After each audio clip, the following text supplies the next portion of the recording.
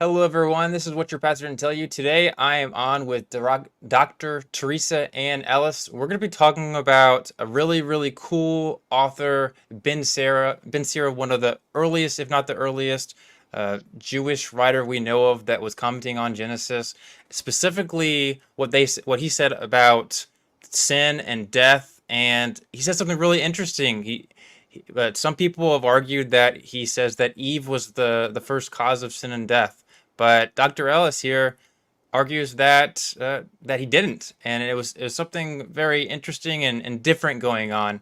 So how are you doing today, Dr. Teresa I'm very Ann well, Ellis? thank you. I'm very happy Awesome, to be here, Zach. Thanks. awesome. Yes, me as well. So yeah, so obviously you wrote that paper. That's in the description. We also have a translation in the description and the comments you can probably see if you want to check it out. But the paper, um, it was titled, we should probably bring that up. What was it titled? It was titled, Is Eve the Woman in Sirach 25:24? Could you talk about what you basically argue for in that paper? Well, the Greek version of it was used by Augustine as his proof that Eve was the source of death and sin and Uh-huh. all human misery, and entirely to blame for it. Mm, And he was doing that as part of a proof text to show that original sin came from Adam and Eve. So yeah.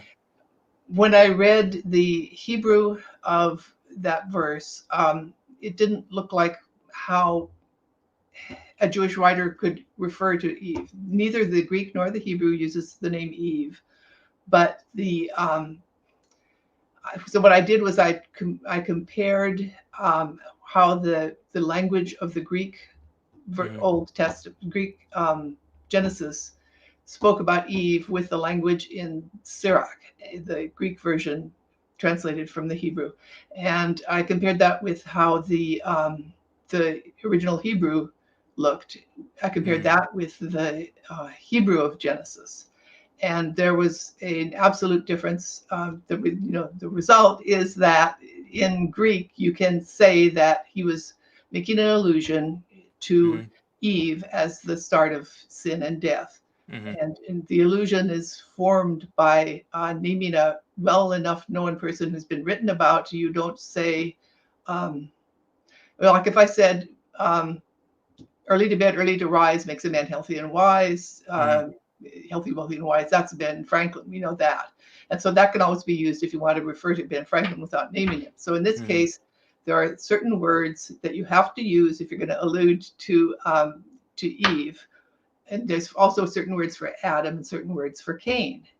And so do you want me to continue with? yeah, yeah, sure. Go ahead. Okay. So in the Greek, I'm going to try to pronounce it. I'm not good in Greek. Apognikos arche hemartias kai diatein apothneskomen pantes. So the word for sin, hemartias, is the word that's used in the Greek of Genesis, and with her, um, Mm, not but it's if it were used for her, it would be used. It's yep. it's the word actually. It's with Cain that you get that finding. Anyway, but so apothnescum and the death word is definitely associated with Eve in Genesis, Mm, and so all I can say is that the grandson of Ben Sira, who supposedly did the translation, was a little bit mixed up about the Hebrew. So because in the Hebrew מאישה תכלת עוון ובגללה גבנו יחד. So in that, avon is the word that's used in Sirah to um, where hamartias would be used in mm, Greek. And it's not the word that was used for Cain. It's chata or chat. So that's impossible to use that. Gava is not used until chapter 8 or so in the flood. Everything, it means to expire. But mm, that's like breathe, if you breathe your last. There's times they use it with expire and die. And so mm, that means you breathe your last and you die. So it's not normal death. And then gava is the word that they use. Sorry, I'm mixed up. So it's gava. I'm having trouble reading it. It's gava is the death word, and that is the expire and die. And avon is the sin word that's used when Cain admits that he's done wrong. He says, gadol avoni means so. He says, my offense. It's an offense. And the chata word is like himartia. It's because it means to miss a mark when you're shooting an arrow or something. Right. And so they're parallels, and they're just not in the Hebrew version. Mm-hmm. Right. So just to summarize, so the Greek text, which most scholars think that this is definitely a reference to Eve, although there are some detractors, and I think those arguments are really interesting. At the same time, those references, the specific words that are used in the Greek text, are much more relevant to the Genesis text. They match a lot better. But the Hebrew text doesn't have any references for similar linguistic words, specific words that are used that match like you would expect. And so that's basically your argument. Like, hey, if this is about Eve, they didn't do a really clear job of making it. So it might be something else. And you argue that it is not Eve. Who do you argue that it is about? Well, I kind of have to get somebody because if it's not Eve, someone's gonna say, who is it then? And the mythological character Pandora is amazingly similar elements in her story to the elements of the creation of Eve. And so that's the thing that I looked at. That's the only person I can think of now. One person, John.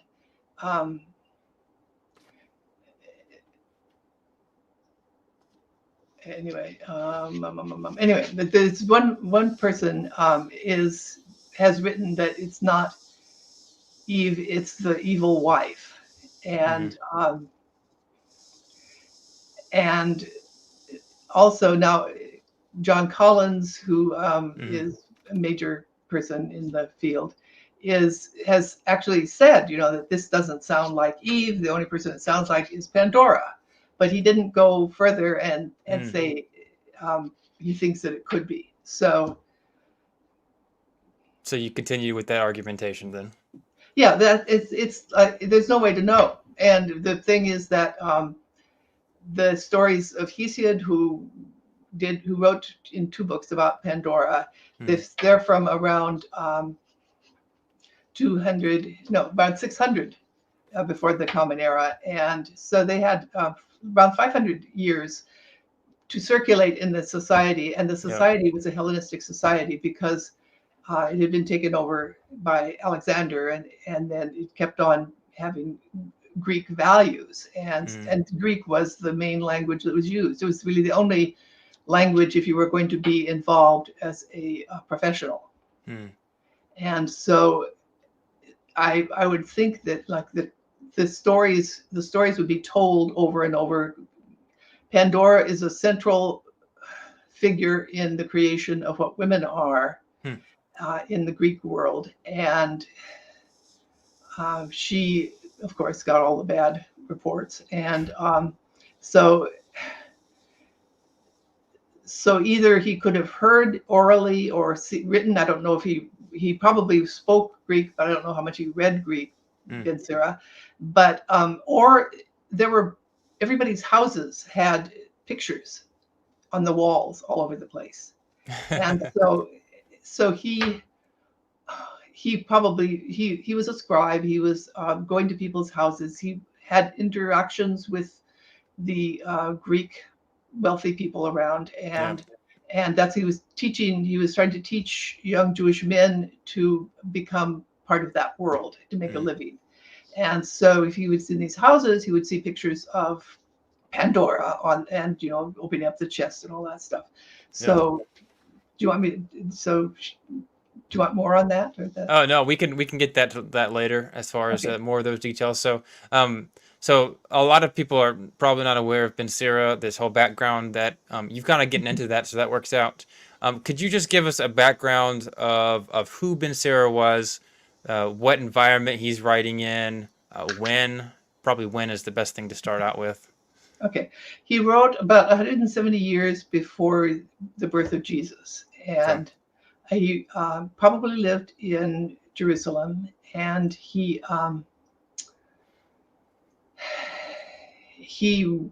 probably, I have to say probably a lot, because he talks about a lot of things, but he doesn't talk about himself very much. We have to figure out from clues what we don't even know what he looked like. We don't know if he had a beard or what, or if he kept kosher. He just talks about keeping Torah a lot. Anyway, so he had a school to train young men to become scribes and sages, wise men in a totally Greek society, but to remain good Jews while they were in this society. Yeah. So yeah, so that's,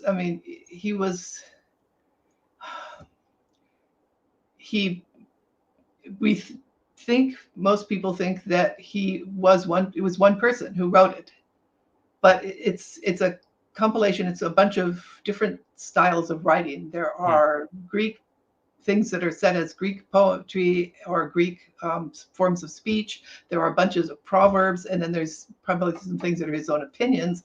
But if you take every single thing in it as his opinion, you don't come out with a very nice picture of him. Because it's like that one, like 25-24, that has become, through the Greek version, repeated over and over and over again. That's what people say Ben Sira thought about women, and it is not at all, because as we'll talk about later, there's about 5 or 6 at least actual allusions that he makes to her using the language that's specifically used in her case and in Cain's case. And so you can, a number of people who write about it say, how come there's only this one awful thing and everything else that he alludes to is good? So that's also an argument for the fact that he had not intended Eve. So he's so around 50 years maybe after he wrote it, that would be about 130 before Jesus. Supposedly his grandson, who maybe was, maybe wasn't, translated it into Greek, and he was probably living in Alexandria. There's a large Jewish population in Alexandria. They all spoke Greek, and so their Bible was the Septuagint of at least of the 5 books of Moses, and so that was what they had to use. And so the Book of Ben Sira was massively popular.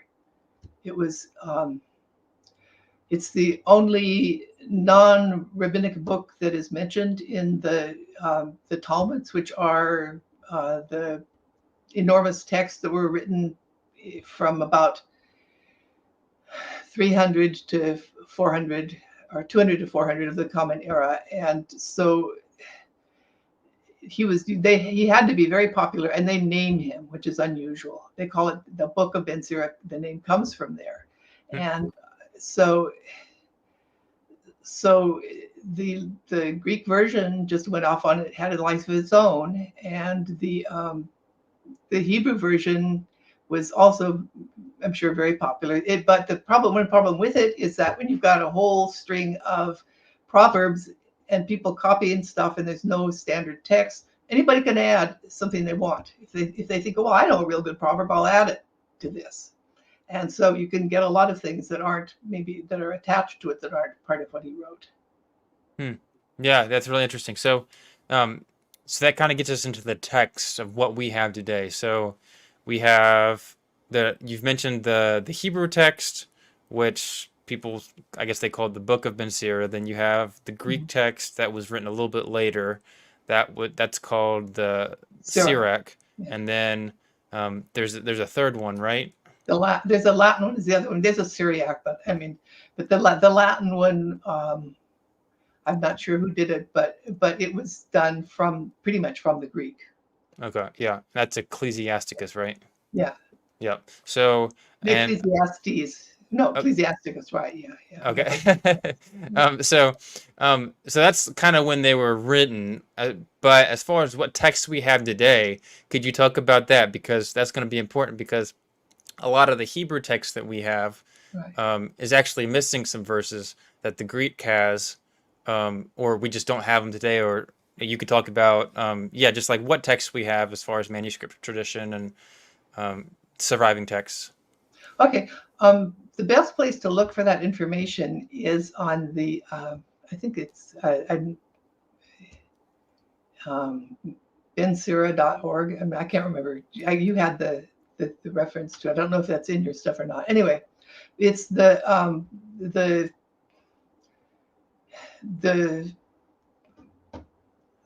archive of the book, I think it's called, in Jerusalem, where they found a scroll from Masada. They have that scroll Oh wow. actually, and so they have an amazing site. It talks of the history is dramatic and incredible because it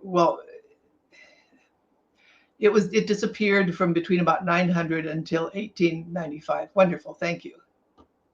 And and it was found by a couple of spinster sisters who brought it back.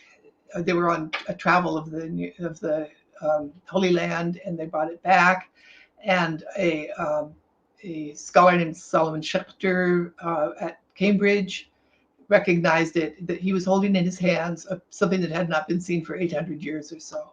Hmm. The Hebrew of Ben Sira, and people denied that it was actually the original. That took a long time to get settled, and they finally found a scroll at Masada. That was kind of put the end of that discussion. Yeah. And so, but anyway, so what now we have is about 2/3. They found little bits of them, and the things that Hmm.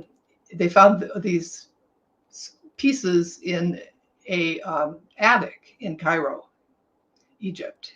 It was an old synagogue, and up in the rafters there was an attic, and all these thousands and thousands of different bits of manuscript and people's shopping lists, and Ben Sira and all sorts of things were up there, and they just sent them out in barrels full.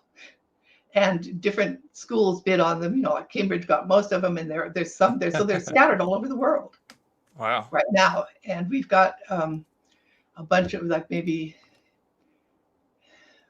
5 or so major, 6 or 7 maybe major manuscripts, Hmm. and millions of little fragments that they keep putting together at Cambridge and finding new pieces. So it's there's what I worked with, what I have knowledge of really is how he wrote about women. Hmm. So that's part of it. And so there's whole things like how he wrote about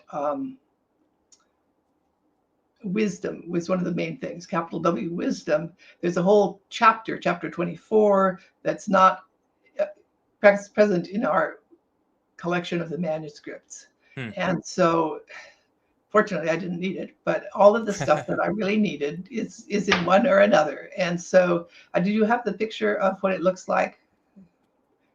When I put together for the book, I had to quote and make visible the presence of every single manuscript and marginal thing. So Yeah. So you have this is at least chapter 25. That's what you're referring to? no, I'm referring to, I'll hold up the thing. See if I can find one. Okay. So can people see this at all? Here, I'll put you on the main screen. I'm still here though. Okay. Um, So this, I mean, you don't have to really read it, but you can see that uh, there's a lot of highlights and underlined stuff. uh, And so I mean, I did this for like 30 poems. And uh, what's on it is, it shows what was in, how many different manuscripts contributed to it, and what was in the margin and what was there, and when there's a gap, how many spaces are in the gaps on the manuscript. So anyway, but so a level of detail to these things. And most of the things, the stuff that was found in the attic in Cairo are very much the same when we have the same thing from Masada or one of the other extremely early texts. They're very much the same. So we know that it's a pretty standardized tradition. Even Yeah. though those are from like the 11th century or something that we have from that. I see. Yeah. Is Yeah. that So, helpful? yeah. No, that answers a lot of those questions. So yeah, some of our sources are actually quite late then. Comparatively, yeah. Yeah. But at the same time, as you said, that the ones even in the 11th century are relatively close to the ones that are earlier, so we have a pretty good confidence in that tradition, right? Right. Yeah. It was considered in Jewish circles, it was considered the equivalent of a deuterocanonical or apocryphal book. Okay. So Yeah. it was treated as something special, but it wasn't part of the Torah tradition. Yeah, I see. Yeah, that's really cool. Okay, so so you talked about the manuscripts that we have here. Let's see. Uh, yeah, could you talk about the context that this passage of 25:24 is in? So basically 25:13 to 26:3. What the main context of what's going on in this passage? Okay, well, 25:13 to 25:24 are a list of unpleasant comments about a wife. And Ben Sira has a set of 4 figures who he uses as a tool to show one of his main concerns is an appropriate marriage. That's the most important thing that for a male sage student to do is to find a proper wife who also has sage-like qualities. So so do you want me to show the pictures now? Yeah, go for it. Okay. So I put together these action figures. So you can see here, this is action figures of Ben Franklin and Jane Austen. Kind of show. Might be good to move it a little to the right. Okay. There we go. Yeah. Okay. So this shows what a good match is people who are careful with their words and quiet. Okay. So then there's two male figures is the sage and the fool, and 2 female figures are the good wife and the bad wife, which really means the appropriate wife for a sage and the inappropriate wife. So these are pictures of the fool, the male figure, and the bad wife, who is Anne Bonny. I'm not good at this anyway. So Anne Bonny is the evil wife. So you can see, she's not evil, probably in the sense she's going to kill him, but she's going to make a lot of noise and be boisterous, which is going to disturb his study. So anyway, so in this poem, the long thing in chapter 25, it's a series of verses about the bad wife, the inappropriate wife, and then after that, there's 3 verses. Chapter 26. This may have been longer at one time, but it's all we have now is 3 continuous verses here, and it's talking about the good wife in contrast. Yeah. Now, there's an allusion in it in 26:2. It's a woman of valor fattens her husband, and his years she will make joyful. So the woman of valor is Echet Chayil, which is a standard verse from the book of Proverbs, which talks about the woman of valor as a prototype of the good woman. So that's an allusion in that case. And so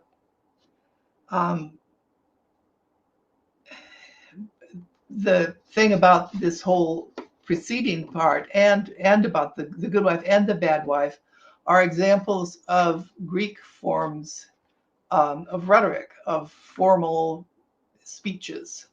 Hmm. And I found there's actually a standard and much appreciated at the time form of sagos gunaikos, blame of women, and that Hesiod is the originator of that, people think, and it's his character Pandora who is the standard for the bad woman. Hmm. But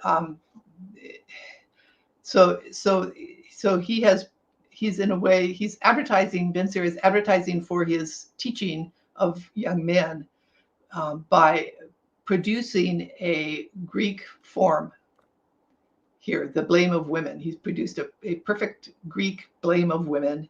And then there's there's like praise of women is another of the forms. Now, I think that there's a fool one on there also. Did I give you, you have the one that's got the fool there? Or did I? I have, I oh think I, yeah, have I see that on the right side there? Okay, that's Sirach okay, 22. right. Yeah. Now that is from the Greek because that's not in Hebrew. But Hmm. the unpleasant things that he says about over there, you can see that the unpleasant things about the fool figure are just as nasty as the things about the wrong wife. So this is the blame of a fool. It's another classical form of speech, and so it's. I hope everyone can see it because it's. Okay. They really, this was their idea of a good time, was making up insults. I can read some of it. So he who teaches a fool is one gluing together a potsherd, one rousing a sleeper out of a deep sleep. He who recounts to a fool recounts to one who is drowsy, and at the conclusion he will say, "What is it?" So yeah, that sounds a lot like Proverbs. Um, Yeah, and weep over a corpse where he has left the light. Weep over a fool where he has left understanding behind. I mean, yeah, yeah. yeah, So this is the like the bad pirate the looking. bad. Yeah, exactly. This is Bluebeard the pirate. Okay, all right. All right, and And once again, this document is in the description. yeah, But yeah, so if it wasn't already clear, you have the wrong wife of Big Book of Ben Sira, and then that's the Hebrew version on the left side, and then you have the Greek version in the right, middle, right, and then right, you have Sirach 22, right. the earlier passage on the right. And Okay, but yeah, but one interesting thing about it is in 25:17. Wife badness darkens the appearance of a husband and englooms his countenance like a bear. With the Greek version, a woman's wickedness alters her appearance and darkens her face like a bear. yeah, So that's shifting it quite a bit. But the other things are pretty close. yeah. So basically, what you're saying Yeah, is one's saying that the wife makes the husband look bad in the Hebrew version, right, but the Greek one, the wife makes herself look bad, basically. right, right. She Interesting. becomes ugly, right? Yeah, that is really interesting. Um, so yeah, as you were going, Okay. So anyway, so that this is one of the things that makes it hard to evaluate what Ben Sira is saying, is that this is a series of nasty remarks about women. And no one else that I know of has said, wait a minute, let's look at what he says about men.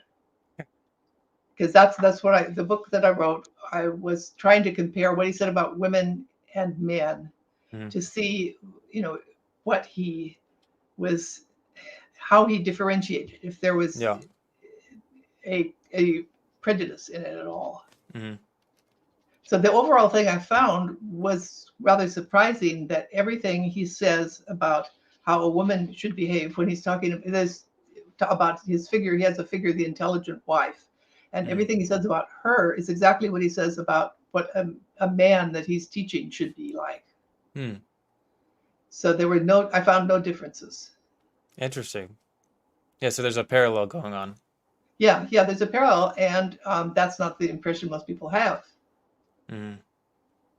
It's because these very noticeable remarks about women are what got the attention. Yeah, right. Okay. And why would you say that's significant for the conversation? It's because every um, every Catholic woman that I spoke with said, I hate Ben Sira Oh. because of what he says about women. Uh, And when I first read it, I just heard he was a terrible misogynist. I mean, the word misogynist is used in titles about his work often. People who write articles about Ben Sira, the misogynist. And so I felt like when I was looking at the Hebrew, I thought, wait a yeah. minute, most of what he says is he talks about how great it is to have an intelligent wife. So it's important, that someone writing back then Yeah. had a view that, I mean, I felt it was he was owed that, to have something written about him that tried to look fairly at what he said. Mm. Yeah, so you're correcting those misrepresentations. Those do we know in it's okay if you didn't really write about this, but like the Talmud or whoever commented on him in the past, did Yeah. they usually have a bad view of him? Or I guess a lot of people back then Well, were misogynistic anyway. So right. But I mean, that was something I've written about also, oh was yeah. that there's two Talmuds. There's a Jerusalem Talmud, Palestinian Talmud, and a Babylonian Talmud. The Jerusalem one is earlier, and in it, a major rabbi says, you can't read it. You should not read the Book of Ben Sira, he specifically says. Huh. And he never says why. But then in the Babylonian Talmud, I think that they rehabilitate him. And it's a very complex procedure that they use by introducing different rabbinic characters to say this and that. But they go through this. I mean, he's got an entire page of the Talmud to himself, that's a lot of acreage, for someone Yeah. to have. And Right. so they go through this whole list of saying, well, why was he? They say, why was he forbidden? And they say, well, he was forbidden because of this verse. And then they say the verse. And they say, well, someone else says, but that's what our rabbis say. They say something similar to that. And so then they bring up 6 or 7 verses. And Uh, each one they say, well, wait a minute, we say something like that too. That can't be it. They finally come up with an absurd verse, something like, don't trust a man with a thin beard and, you know, and something else. Anyway, but so yeah. that it's an absurd verse that's nowhere in any version of Ben Sira that we have. And they say, oh, well, that must be why they forbade it. And then they say, well, we can't read it as scripture, but the good things in it, we can expound to the public. Interesting. That's wild. That's awesome. That's amazing. Okay. Yep. So, um, back to the topic there. So, you talked about the 4-person schema. We went over the basics there. Um, and what specifically does that have towards the discussion of 2524? Okay, Obviously, 2524, that's talking about the bad wife, right. in comparison to the good wife, right? So, yeah, how does that affect our interpretation of 2524? Well, if you could put up, please, the thing of the any food the throat eats, Any food the which throat is eats. 36:18. Do you have that one where it's the allusions to Eve and Cain? Let's find it. Oh, okay. What verses were those? 36:18 to 26. Okay, yep, got it. Okay. All right, this page right Okay. here. All right. So this entire poetic unit um, is full of what some things may be allusions to the first chapters of Genesis, but some definitely are. So if we look at this one at 36:20, a deceived heart will give pain, but an experienced man will restore it for himself. Well, the word is the same. Is the word pain is the same word that's used for Eve and Adam, for her with pain or difficulty with childbirth, and for Adam, pain or difficulty with getting food from the ground. And so that can certainly be that if you put them all together, there's so many of them that it's likely that at least some of them are allusions. So, and then go down to any windfall a wild beast will eat, but a wild beast is what the serpent was called. And then we get down to the one that's the real section here is 22, form of wife and face causing light, and on all that greatly delights the eye, the heart will grow strong. So the greatly delights the eye is close to the terms that Eve uses when she's looking at the tree to decide whether to eat the fruit, right? And then when we get down to the next one, 23, it's definite. And further, if she has speech that heals, her man is not among the sons of Adam. Well, Genesis 3:6, she takes from the tree and gives to her man with her. And then, among the sons of Adam is a general reference to human beings, but in specific, it's Adam who's with her. And it's also, if you look over here, I don't know if you can see my pointer, Ein Isha.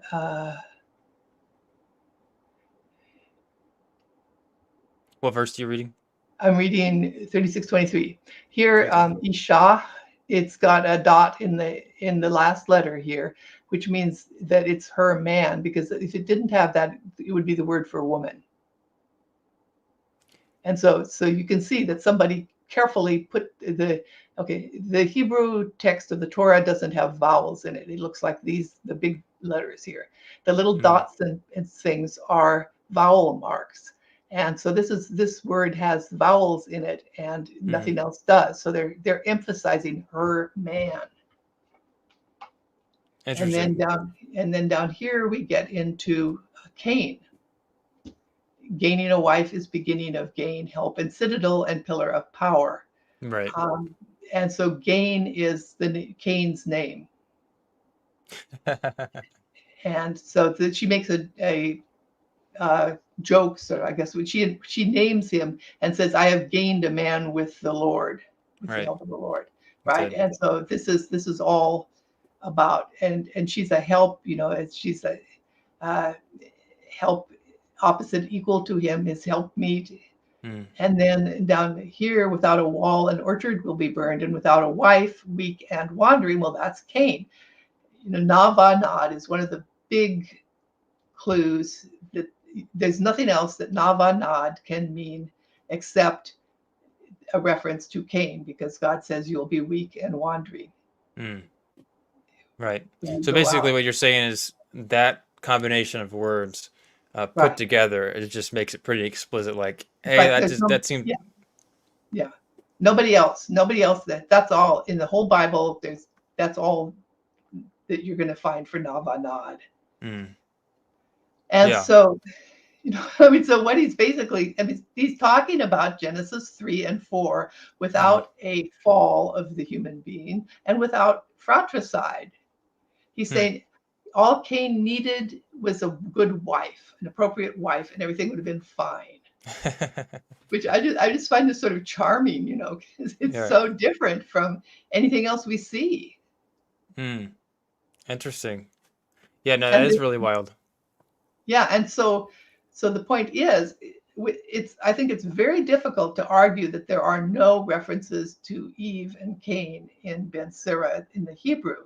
And if that's the case, and this is what they are, then to suddenly say that Eve was the beginning of sin and death makes no sense. Basically, because Eve is being portrayed as a good thing in these other passages. So it contradicts. If Eve's the good thing, then how could she also be the bad thing? That doesn't make sense from his rhetorical strategy. Eve is a good wife. Yeah. That if he had a nice girl like his mother, then everything would have been fine. So. Right. Yeah, I think something worth mentioning before we go further there is that in 25:24, so in the Greek, it's more explicit, more similar to the text. So you talk about beginning of sin and because of her we all die. Right. But the Hebrew is a little bit more vague. It's like iniquity and waste away. So iniquity Right. that could refer to sin. It could refer to something else, correct? And then same thing for waste away. It could be referred to death. It could be something else. It cannot refer to Eve. Okay. I mean, I'm just saying that it cannot be an allusion to Eve because it doesn't use the language that you have to use. The Greek uses the Genesis language. Mm. And so for avon, for iniquity, that's not used till Cain. Mm.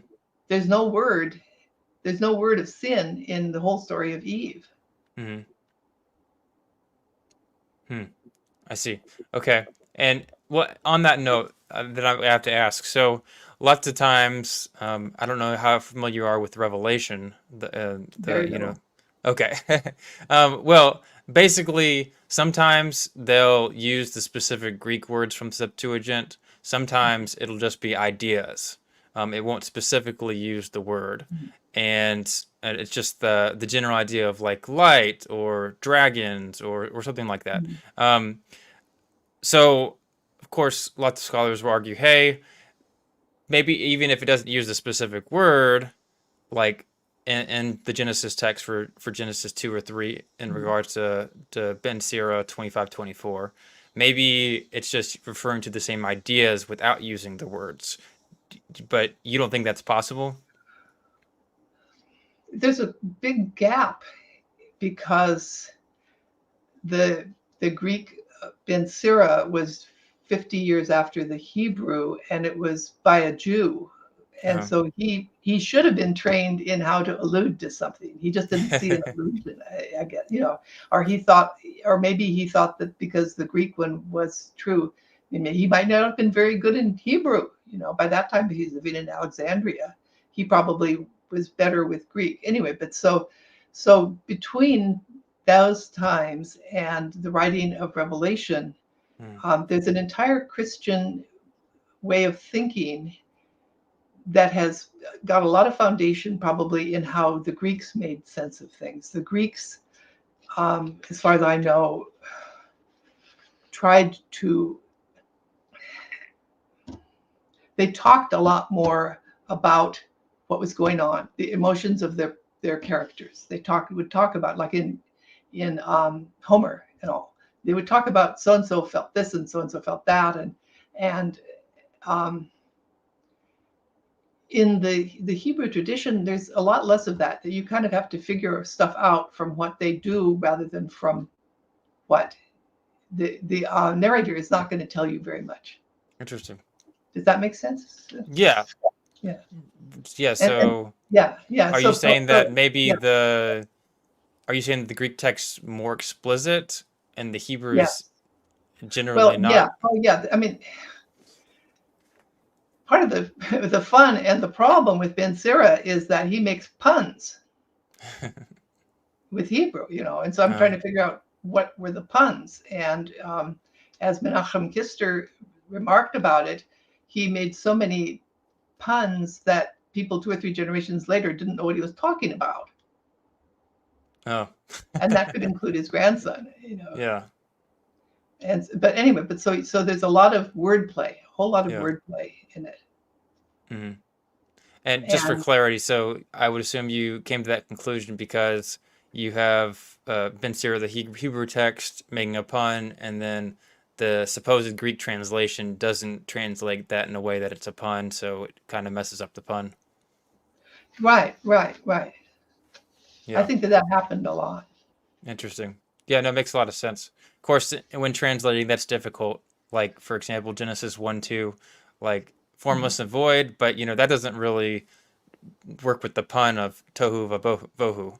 So, um, some people will translate it as like I can't remember any right now, but like they'll make the two words rhyme um, for Right, whatever right. reason. So yeah, so I mean, it's possible, but it can be difficult sometimes too. Um, Oh but yeah, but that's kind of beside the point either way. But yeah, so basically. What you're saying is, um, I mean, if I could sum up your argument there, it Mhm. seems to me like you're saying, hey, if the writer of Ben Sira was trying to refer to Adam or Eve, and then he would have been a lot more explicit with it, like he is in other places. But in here, it's just like the words just don't have any similarity really, and it's just not at all what you expect. So I guess but you'd even say it's not even possible. Um, I think it's impossible yeah. Okay. because he Mhm. referred to all the other instances that we looked at with Eve and with Cain. He did nothing except use the code words that refer to them. Yeah. Okay. All right. Did you have any other further arguments for why you don't think that the I don't know if you went into enough or the full detail for your arguments for 2524 in the Hebrew text. Did you have want to add anything else there um, about why you don't think that it's referring to Eve? I guess I'm so used to allusion as a way of referring to things and to all Mm-hmm. the wordplay and stuff that um, once I saw that, just thought, oh, it can't be. Oh. And so you're making me think a lot more about, is there what else could I pull out of it? Um, Well, I'm just I talking think, about like your notes. I'm not asking oh, you to create okay. any new No, arguments no, no, here. no, no, no, no, no. It's also that the woman is the start of iniquity, and because of where we waste away all alike, it does, that comes down again to who am I talking to, who am I going to say it is if I don't say it's Eve? And Yeah, so that goes back. Would you maybe show the little piece that compares the two so people can see? this one, No, there's the Pandora and Eve. Pandora and Eve. Okay, let me see if I can find it. Oh yes. Oh, No, there it is. I messed up. There you go. Okay, Yeah. it's a little small, so let me see if I can. You can go ahead and talk about it while I pull this up to make it a little bigger. Okay. So in both of them, on the far left, there's a column of the points about them, the elements that are the same. That the Mm, male is alone before the female is introduced. That the woman is crafted by the gods or God. That the woman is crafted for a certain man in particular. That God brings the woman to the man, and that by the woman's act, humans suffer in the future. And so going through that in Genesis 2, the man's alone. God says it's not good for the human to be alone. mm, And then in Pandora, the race of men live alone very happily until Pandora is the first of the race of women. And so how Eve got built. All know that story, I expect. But in Pandora, the gods and goddesses contribute to her creation. Pandora means all gift, and so every one of them creates her and adorns her, and making her to be a beautiful evil. And she's given attributes like the mind of a dog and deceit and other equivalent things. mm, And she's so covered with garments and jewels and everything that there's really no woman there. There's nothing inside, in a sense. Looking at it, as I'm an artist and I look at it as a picture, there's like this picture of nothing but jewels and clothing mm, that hide this person completely. And so anyway, so then the previous story of that is that this character Prometheus tricks the chief of the gods, Zeus, and Pandora is Zeus's revenge. She's made to be given to Prometheus's brother Epimetheus. And so then, God brings the woman to the man. We know God, and then what he recognizes her with a poem of joy. This one is now is bone of my bone, flesh of my flesh. This one shall be called woman, for she was taken from man. And mm, the god Hermes leads Pandora to Epimetheus, and he foolishly accepts her. And then she opens the container that she brought from Olympus and releases all the miseries of mortals, sickness, old age, etc. So it's very, very close parallels, I think. And so out of the one, two, three, four, five, I think, 4 or 5 pieces that are the same across the 2 stories. 4 are positive for Eve, and only 1 is negative, the last one. And for Pandora, every one of them is negative. Oh, interesting. Okay, so basically what you're saying is that there's more similarities with the Pandora and Sirach 25, what is it, Right, 24? right. Yeah, because can I just say that because of the way it's set up, from a woman, Sid had its beginning, and because of her, we all die. It's got to be a particular female figure, and people need to know the story to know who it is. And so it has to be everyone's got to recognize it instantly. Well, unfortunately, people thought they recognized it with Eve, and they did when in the way that it's expressed in the Greek form, but it's just not that in the Hebrew. Yeah, interesting. Okay. Yeah, no, that makes a lot of sense. Okay. Yeah, it's really interesting how it's possible that the Greek writer seems, or I guess that's still up for debate there, but Absolutely. in the case where the Greek writer, if he was referring to Eve, that would be really interesting how it seems like the original text did not refer to Eve, but now he kind of like made it, especially with the whole reversing of when, as you said before, later it talks about how Eve is seen as a good thing. But I guess, when you're translating something like that, you're not always aware of what's fully going on in the original writer's head. Right. So you kind of make mistakes like that. That's really interesting. Yeah. Yeah. Okay. I mean, I had nothing but these clues when I was Yeah. looking at it. Right. Yeah. So someone did ask, um, because he's making all these puns, you said he's writing to a specific audience, kind of like a group of sages or people that did you say he was writing to his sons? I imagine him writing to wealthy Jewish parents who want to get teaching for their son to get him so he can get a good job. And Okay. so he's advertising his skills that he can teach them to be good Jews but still survive in a Hellenistic world. Yeah. Yeah, okay, that makes sense. Okay. And that's just based on the writing. It tells you a little bit about why he writes in the very beginning, right? Or is that just in different versions? I don't have Hebrew for the Hebrew begins, I think, with chapter 3. Oh, okay. Okay. So all we have And is the in Greek the then. beginning, the grandson talks about where he lives and everything. Ben Sira doesn't. He doesn't tell us anything about himself.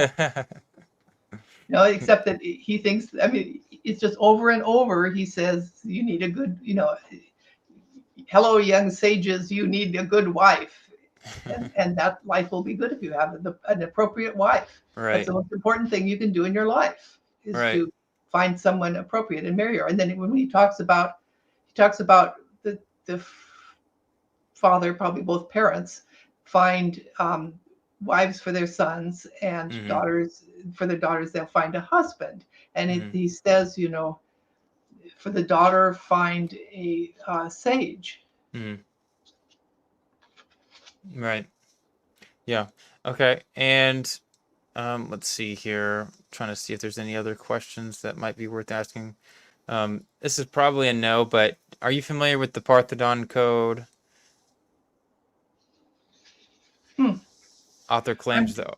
What were you gonna say? I'm not, but I've often wondered whether the serpent represented Greek wisdom, because the 2 stories are so similar. I mean, I'm waiting for someone to write about it. I'm not going to write about it, but I think someone should write about that, because when you think about who's eating something to become immortal is the Greek gods, and that's what gives them, godlike powers is what they eat. Yeah. Yeah.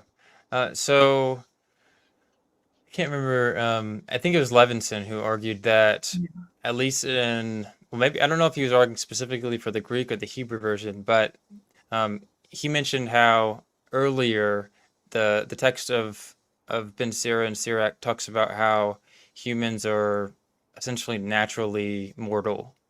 Um, that's a position you would hold, right? Could you talk about that, because that could also play a part, because if Sirach or even the Hebrew version is talking later about, hey, Eve is the cause of death, Mhm. then that wouldn't make much sense if the writer from the very beginning thought that humans naturally are mortal, right? People are very good at ignoring what they don't want and taking parts that fit what they want, as we all know. So there are, and no, and the immortality business is not something that I was directly concerned with in writing because it uh-huh. was the gender issues. But Yeah. I know that in several places he talks about Adam. And I think there's at least two major places in the Hebrew where he says that they were given the choice in their hands. In other words, like the choice between good and evil, and that they were given a certain amount of days of life, Mm, which implies, I mean, that was the decree from the beginning, was that there people would have a certain number of days of life. mm. But it's not something that I can answer with the same degree of specificity as other things. Okay. Um, Let me But see if I could. Jack Mm, Levison is one of the people who talked about the possibility about the possibility. He talked about it being the bad wife who instead of Eve in right, 25-24. right. Yep. So let's see here. 44 says, no, it doesn't look like that. Mm. Okay, yeah, maybe we'll have to just talk about it some other time. Yeah, okay. Was there anything else that you wanted to share with us? Anything that we've missed? Well, I would like to go through the series. I'm looking for my notes here. I'm looking for the series of comments on the intelligent wife, because in addition to the four figures, which Uh-huh. he uses rather mechanically to talk about, what's appropriate and what's not, is he brings Mm, them out. But there's another set of people who are, I think, looking at those verses, you can maybe see what he thinks. Okay, so um, the intelligent wife is the person who I think he talks about when he's talking about his wife or a real woman.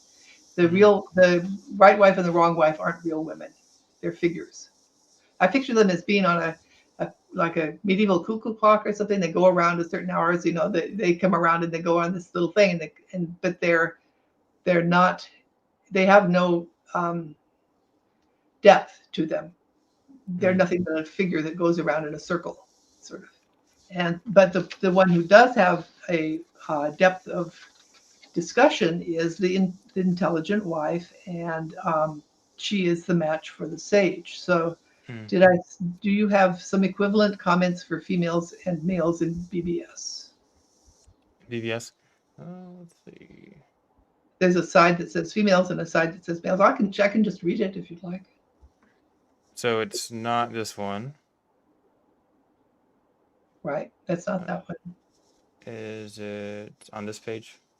You No, that's the same page. No, that's the one that's the other illusions. Okay. Right. Not sure if I see it.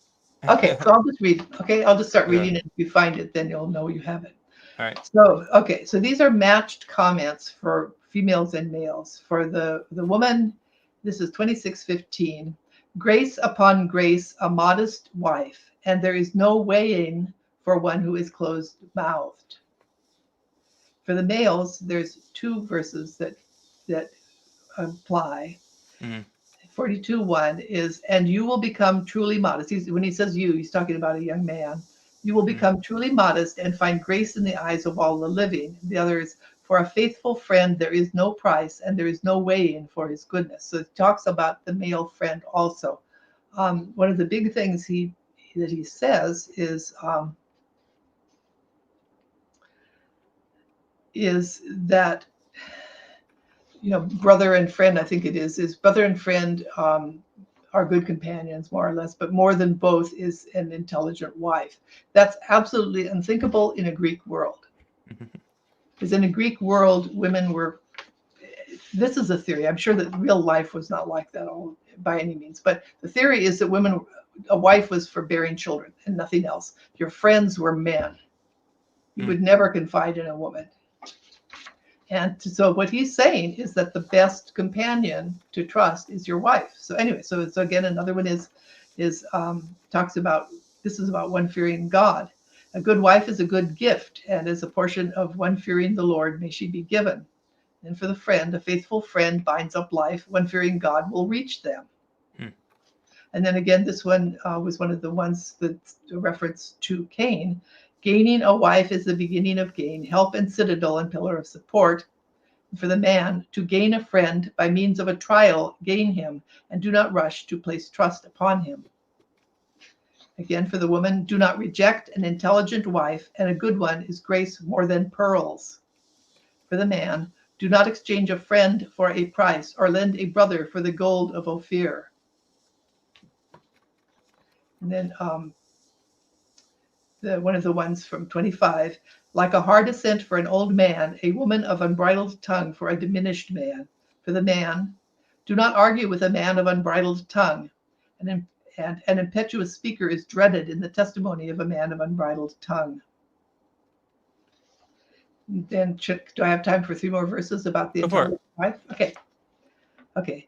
28, 5, 8 is, happy is the husband of an intelligent wife. He is not plowing like ox with ass, which is a reference, I can't remember where it is in the Hebrew Bible, but you do not plow with yoke together an ox and an ass, because obviously they have different strength. And so that's a pretty common passage of the plowing like ox with ass for mismatched marriage.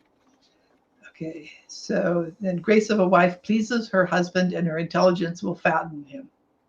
Okay, here we go. This is 40:23 from Manuscript B. Friend and companion will lead your steps more than both an intelligent wife.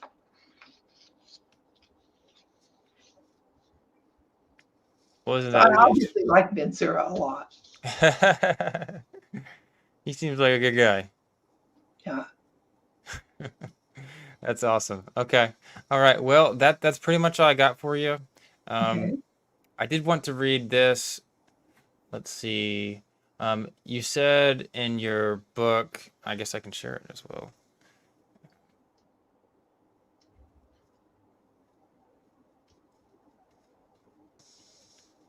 So you said, so the female figure in Sirach 25:24 is Eve, according to St. Augustine, who used this Greek bicola as one of the proof texts for the existence of a concept in Jewish writings that would be analogous to his formation of original sin. Yet the link between Eve and the origin of mortality is a tenuous one in the Book of Ben Sira / Oh, okay. Sirach. Given verses such as BBS 44, which implies that humans were never intended for mortality because death is the portion of all flesh from God. So Right. basically, God gave them all humans ever death, basically. Right. A number of ancient Jewish writers said Mm, that. yeah. Collins, that Adam had always been intended for mortality. He mentioned 17:1-2, which we don't have in Hebrew, but in the book with 41:4, and he comments, for Ben Sira, death was part of God's divine intention all along, whether humans obeyed it or not. And then Levison, this was the article I was referencing, he Right. declares that the attribution of death to Eve conflicts with Ben Sira's view of the origin of death, because mortality was part of God's plan for all creatures since the beginning, citing Right. Sirach 14:16, 16:26, to 1710 and 41.3b Right. and 4a. Right. So yeah, that's really interesting. Was there any comments you wanted to add to that? Okay. I recommend if people want to read the translation of the Greek of Sirach, that they should get the book. I can't remember what the name of the book is, but anyway, Ben Wright has an article in it, and it was his translation of Sirach. It's a number of the. I should be able to. I can find it and give it to you, and you can Okay. put it on if you want. Anyway, but I know him. He's a good person and a Greek scholar as well as a Hebrew scholar, and I would trust his translation. Very cool. For, All for right, the yeah. Greek. Awesome. Yeah, that'd be awesome to get that and um, be helpful for me, but also everyone else too. So cool. All Yeah. right. Well, otherwise, that's all I got for you today. It's been a lot of fun talking with you. Thank you so much for coming on here. Any last thoughts or anything else that you want to say? No, thank you very much. Okay. Awesome. All right. The other thing I wanted to mention is, of course, you have your book, Gender, in the Book of Ben Sira. People can check that out. Um, it's a um, it's pretty pricey. I saw on one of the places. Is there a cheap version of it? No, there's libraries. There's libraries. Okay. All right. If Yeah. Check people out your live near, libraries. yeah, if you live near a university, they either would have it Yeah. in digital form or in actual physical form, or they can Yeah. get it for you. Awesome. Awesome. And of course, you're also writing a bunch of articles, so people can check them out, specifically on Genesis 4 and 3, Yeah, hopefully in the future, right?